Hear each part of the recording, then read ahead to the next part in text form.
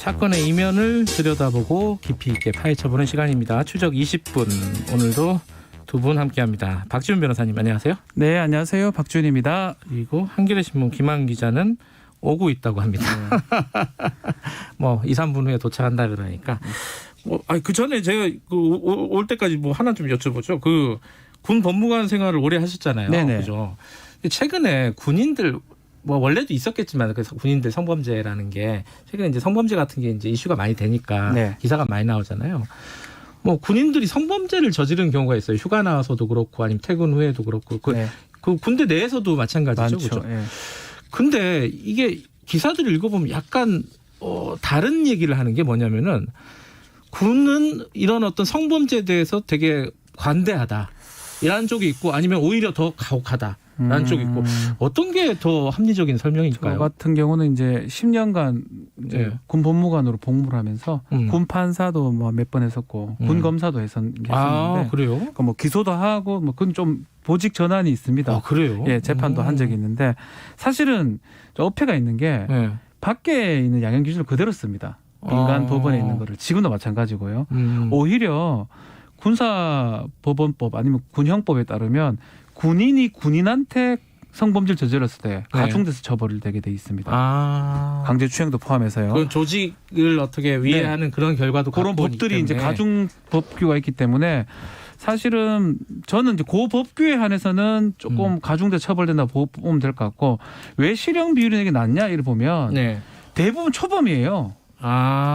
어린 정상적으로 사병 통상은 같은 경우에는 그 전과가 있고 그러면 군에 들어오기 어렵기 때문에 들어왔을 때는 이제 그 안에서 이제 범죄를 저질렀다면 대부분 거의 99% 초범이고 초범의 비율이 상당히 높고요. 근데 일반 이제 사회에서 성범죄는 재범 3범이 많습니다. 그렇기 때문에 그 차이가 좀 있는 게 아닌가 저는 개인적으로 그렇게 생각하고 있습니다. 결과적으로 보면 약간 그런 바이어스들이 있군요. 그렇죠. 있을 수밖에 없습니다. 통계상으로는 다 초범입니다. 그리고 다 전과가 없는 상황에서 오거든요. 성범 전과가. 그렇기 때문에 그 통계상에 좀 어떤 차이점이 있다고 보는 게 맞는 것 같습니다. 예, 저희들이 이 얘기를 제가 꺼낸 게 오늘 좀 N번방 사건, 디지털 성범죄 이 얘기를 좀 그 뒤에 어떻게 되고 있는지 좀 짚어보려고 하고 있거든요.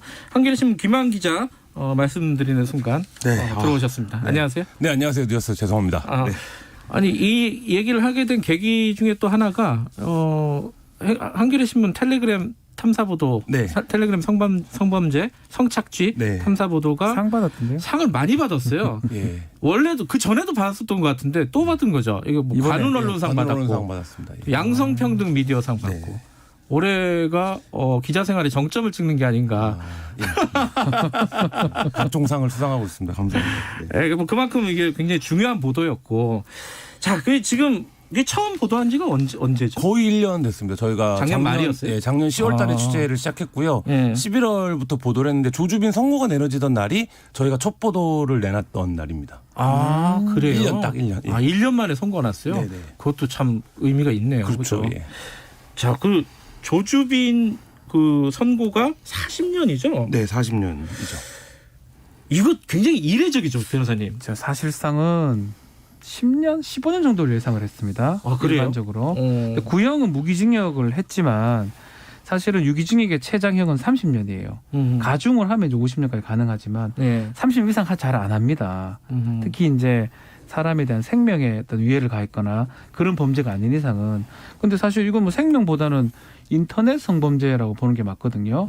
그럼에도 불구하고 40년을 선고를 했다. 뭐 상당한 형을 선고했다고 보는 게 맞는 것 같습니다. 근데 물론 이제 뭐 미국 같은 경우에는 뭐 200년, 300년 이런 선고들이 나오잖아요. 법이 좀 다르니까요. 그러니까 이 40년도 뭐 적은 거 아니냐 뭐 이런 얘기도 있긴 하지만은 어쨌든 우리 법 테두리 안에서는 꽤 이례적으로 형량이 높은 건 사실이었죠. 그렇죠. 예전에 기억하시겠지만 웰컴 투 비디오 사건을 일으켰던 손정우 씨 같은 경우에 1년 6개월을 받았었거든요. 그리고 조주빈 말고 이제 갓갓으로 알려진 문영욱 씨가 있습니다. 이 문영욱 씨가 실제 이제 오프라인에서 같이 성범죄를 공모했던 사람들 중에 확정 판결이 난 사람들이 있는데 뭐 2년 6개월, 3년 6개월 이렇게 받았었어요. 그러니까 2년. 네네. 근데 이제 그런 거 거의 찍어내듯이 한 2년 6개월 정도를 줬었었는데 그거에 비하면 뭐 굉장히 획기적으로 늘어났고 배경에는 말씀하신 대로 지금 현행 법 체계에서 저희가 40년이라는 형량을 거의 본 적이 없는데 네. 드물죠. 근데 그 지난 1년 사이에 뭐 어쨌든 이 문제가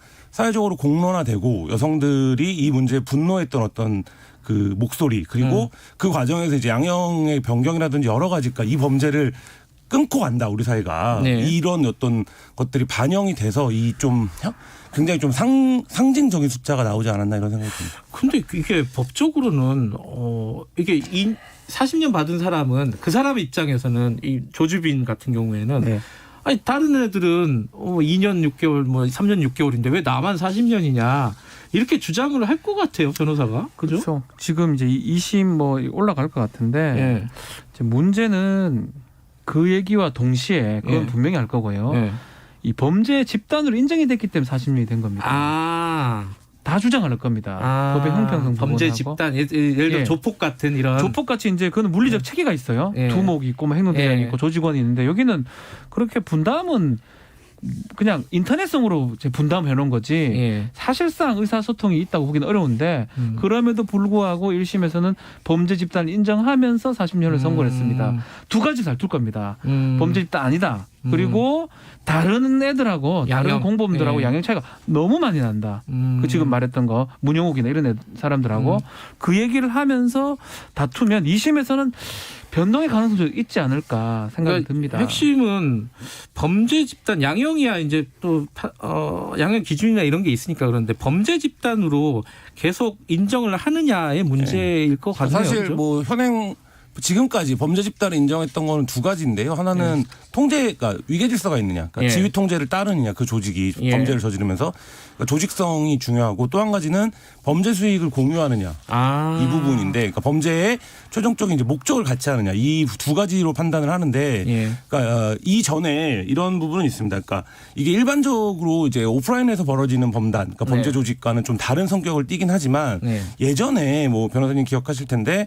보이스피싱 조직들이 그 범죄 단체로 판정이 처음 났을 때도 논란이 좀 있었어요. 그러니까 예를 들면 이게 오프라인에서 실제 뭐 연락을 하고 지휘 통제 체계가 확실하고 조폭과는 좀 다르지 않냐라고 했는데 보이스피싱 범죄들도 어쨌든 지휘를 따르고 그 범죄에서 발생하는 수익을 공유하기 때문에 범죄 조직으로 본다 이런 판례들이 있었거든요. 그러니까 지금 이 범죄는 디지털상에서 벌어지는 범죄에 대해서 최초로 이 범단, 그러니까 범죄 단체를 적용을 한 건데 논리는 두 가지입니다. 그러니까 어쨌든 실제로 대면하진 않았지만 박사를 정점으로 해서 역할 분담이 분명히 있었다. 그러니까 판결문에 보면은 각각이 어떤 역할을 했는지가 나오거든요. 그 이제 그거를 박사가 지휘했다 이런 이제 체계로 본 거죠. 또 한 가지는 수익에서 재화를 서로 이제 그 나눠 가진 것도 있고, 근데 이제 그 부분은 박사가 압도적으로 돈을 많이 가졌고 뭐 사실 이제 오프라인에서 보면 크게 의미 없는 금액이라고 할 수 있는 돈을 나눠 가진 정도인데 실제로 동영상을 공유하는 그 자체, 그러니까 예를 들면 그 조주빈이 갖고 있던 동영상을 나눠주는 그 자체가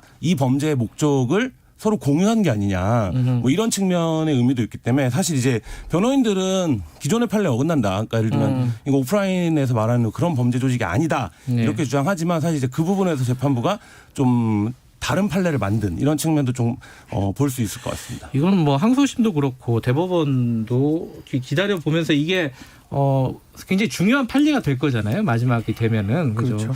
그럼 어떻게 진행이 되는지 좀 봐야 될 것 같고, 가해자들에 대한 아까 말씀하신 뭐 각각 뭐 조주빈 뭐 이런 사람들은 기억이 나는데 수사라든가 기소라든가 재판이라든가 이거 어디까지 지금 와 있어요? 지금 뭐 조주빈의 공범들은 7년에서 한 15년 정도 예. 박사방을 운영했던 해서 6명이 같이 판결을 받았고요. 예. 그 외에 뭐 다른 이제 아이디들이 있습니다. 그러니까 예를 들면 뭐 왓치맨 같은 경우에는 이제 텔레그램 성착취의 세계를 확장시켰다 이런 평가를 받는 초창기에 방을 운영했던 사람인데 징역 7년을 받았고요. 그다음에 켈리라는 아이디를 쓰는 사람은 그 N번방을 계승하겠다 이런 방이었는데 이 사람은 또 1년에 그쳤습니다. 그리고 아예 항소를 포기하면서 이제 확정 판결이 됐는데 1년이요? 네네. 그래서 뭐 굉장히 좀 엇갈립니다. 지금 이 과도기적인 상황이에요. 그러니까 예를 들면 1년 정도 받는 사람도 있고 조주빈 40년까지 나왔는데 그러니까 각각 같은 경우에는 지금 이제 무기징역이 선고만 돼 있고 구형만 됐고 아직 선고는 나지 않은 그런 상황이고요. 물론 이제 조주빈은 두목의 역할이니까 그렇죠. 뭐 형량이 높다는 것도 뭐 자연스러울 수도 있는데 말씀하신 대로 1년에서 40년이면은 편차가 좀 너무 커서 좀 혼란스럽다라는 생각은 좀 드네요. 그렇죠. 지금 사실은 양형 기준을 마련하고 있는 상황이라고 봐야 될 것 같습니다.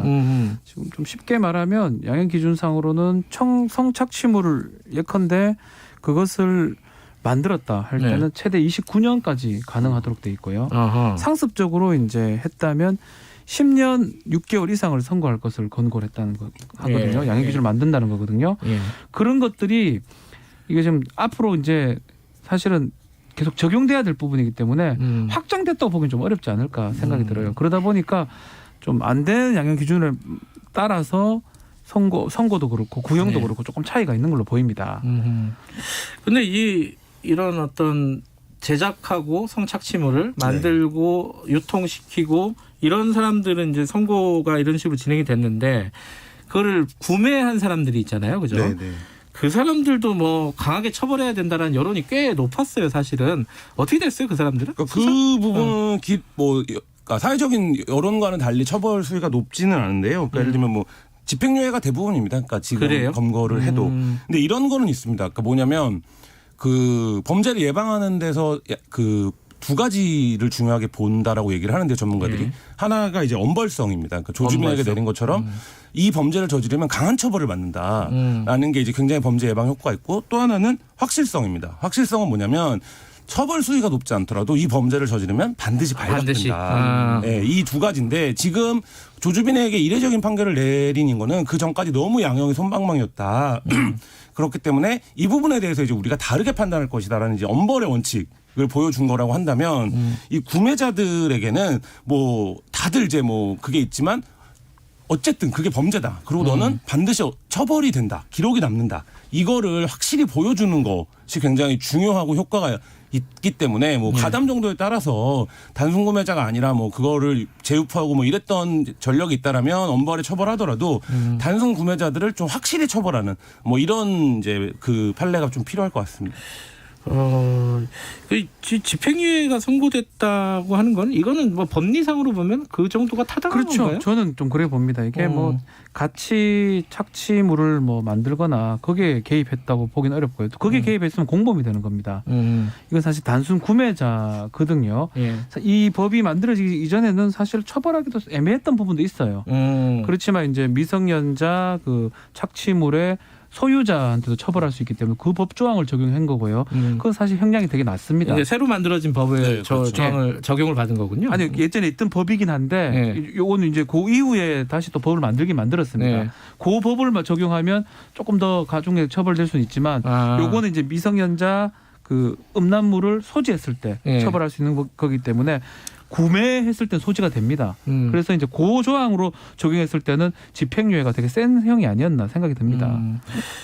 근데 이게 취재를 한 입장에서는요. 그 뒤에도 가끔 뉴스 나오는 거 보면은 뭐 제2의 뭐 박사방, 뭐 제3의 박사방, 뭐 이게 그러니까 근절이 안 되는 느낌도 있는데 어때요, 실태는? 실제로 많이 줄어들긴 했어요. 저희가 줄기는 많이 줄었다. 저희가 이제 텔레그램에 그런 방들에 여전히 가입이 되어 있는데 보면 이제 많이 활성화가 안 되거나 많이 이제 줄어들긴 했는데 저희가 이제 목격하지 못할 뿐이지 더 이제 음성화됐을 가능성도 있죠. 그러니까 적은 방에서 사람이 적은 방에서 운영이 되거나 또 다른 플랫폼을 이용하거나 이제 그럴 가능성은 있는데 그 부분에서의 쟁점이 지금 이제 수사기관이 재편을 논의하고 있는데 이 부분을 전담할 수사기관이 필요합니다. 왜냐하면 플랫폼이나 디지털 기술 속도가 워낙 빠르기 때문에 그 부분에서 인지하고 이제 들어가면 사실 이제 범죄를 예방할 수가 없거든요. 그러니까 그 부분에서 이 범죄를 예방하려면 수사기관이 이 부분을 좀 집중적으로 모니터링하는 인력이 좀 필요하고 그거를 통해서 그러니까 이게 뭐 텔레그램을 막는다고 하면 또 다른 이제 플랫폼 SNS로 가고 뭐 이런 이제 과정들이 전개가 되기 때문에 사실 이제 그 부분을 좀 근절하는 게 필요한 상황입니다. 그래도 의미는 있을 것 같아요. 지금 이렇게 하기 때문에 안 된다는 걸 확실히 알았거든요. 그러니까 빨리 뭐 딴 데를 찾긴 찾겠지만 사법당국이 쫓아가기 때문에 뭐 저는 막을 가능성도 있다고 봅니다. 또 그것도 굉장히 중요한 신호예요. 왜냐하면 이들이 처음에 텔레그램에 모였을 때 텔레그램은 절대 안 잡힌다 이렇게 생각했거든요. 근데 어쨌든 텔레그램에서 그렇게 하는 범죄자들이 굉장히 지금 엄벌을 받고 있는 상황이기 때문에 굉장한 위축 효과는 있습니다. 아까 말씀하신 확실성 같은 거네요. 그렇죠? 텔레그램에서 이런 짓을 저질러도 잡힌다. 그렇죠. 처벌받을 수 있다. 이 부분이 있고. 근데 그 공범 중에 이기야라는 네. 사람이 있어요. 10년을 받았나요? 예. 여기 군대 가버렸잖아요, 그죠? 네네. 그렇죠. 예. 근데 이게 절차가 군 법무관으로 네네. 하였으니까 이게 수사를 받다가 군대에 가요. 네. 그러면 그 법원이나 뭐 이렇게 검찰에 이런 게 완전히 옮겨지는 거예요? 관할이 군으로? 바뀝니다. 어. 군사법원, 군검찰, 군사경찰 요 시스템으로 돌아가는 겁니다. 그러니까 경찰 조사를 받다 이첩하는 거예요, 그러면? 넘겨버립니다. 아예. 아. 경찰 조사를 받다가 가면 군사경찰, 옛날에 헌병이라고 표현했죠. 예. 군사경찰에 가는 거고, 검찰 조사를 받다가 입대를 하면 군검찰에 가는 거고요. 재판받아 입대를 하게 되면 군사법원에서 재판을 받게 됩니다. 근데 이제 세간에서는 흔히들 그렇게 약간 도피성으로 군대 가는 거 아니냐. 약간 예전에 승리가 그렇죠. 좀 그런 네, 케이스였잖아요. 그럼 그 말은 군대 가면은 약간 조금 뭐랄까 이게 형을 더 낮출 수 있는 거 그렇진 아니냐. 않아요. 그렇진 제가 않아요. 알기로 그렇진 않고 뭐 같은 뭐 법관 자격 있는 사람들이 하는 거고 다만 이제 그 효과는 있어요. 언론 취재가 좀 안 되죠. 승리를 기준으로 봤을 때. 군에 들어가 버리니까. 예, 그게 다르지 아하. 재판받고 수사받고 하는 데는 크게 차이는 없습니다. 근데 저희가 이제 군사 재판장에서 그 성범죄 관련 판결을 받은 사람들 판결문을 보거나 재판 과정을 보면 약간 어쩔 수 없이 그 젠더 감수성이 떨어지는 부분들이 있습니다. 일반 법정에 비해서. 그러니까 예를 들면 그게 이제 말씀하신 대로 취재가 안 되기 때문에 뭐 그런 부분도 있고 사실 이제 거기서 남성들만 모여 있는 집단이다 보니까 그런 거를 어떤 일탈 이런 것으로 그냥 치부하는 경향성 같은 것들이 있고 그래서 이제 군사 재판 같은 경우엔 이게 일반 법정에서 재판을 받았으면 훨씬 더 중하게 봤을 문제인데 군사재판에서는 좀 그런 것들을 좀 가볍게 보는 경향들이 저희가 이제 여러 건의 재판 판결문을 분석을 했었었는데 그 좀 일관되게 목격되는 지점이긴 합니다. 그거는 좀 박지훈 변호사님이나 약간 의견이 다르신데 100% 동의는 못하지만 용어는 그런 게 많긴 합니다. 옛날 용어들 성공기라 그래요. 성공기. 맞아요. 성공기라고 하죠. 성범죄를 성공기 지금 바뀌었는데요. 성공기 위반 그걸 공기라고 표현하는 게 참. 어쨌든 이게 이제 그 외부에서 바라보는 시각은 분명히 그런 게 존재를 그렇죠. 하는 것 같아요. 예, 그게 용어 같은 게 있으니까요. 예, 말씀하신 대로 그게 진짜 바이어스가 낀 건지 아니면 정확한 얘기인지 특정한 사례인지 뭐 여러 가지 이견은 있을 수 있겠지만은 밖에서 보기에는 군대 가면 약간 좀 젠더 감수성이 떨어지는 거 아니냐. 법원이라든지 검찰이라든지 뭐 이런 어떤 생각들이 있는 것 같습니다. 네. 그죠? 알겠습니다. 어쨌든 뭐 김한 기자 고생하셨고요. 네, 늦어서 죄송합니다 오늘. 아니. 상 받은 거 축하드립니다. 네, 감사합니다. 취재한다고 고생하셨다고요. 네. 다시 한번 축하드리고 오늘 여기까지 할게요. 고맙습니다. 네, 감사합니다. 박지훈 변호사 그리고 한겨레신문 김만 기자였습니다. 지금 시각은 8시 48분입니다.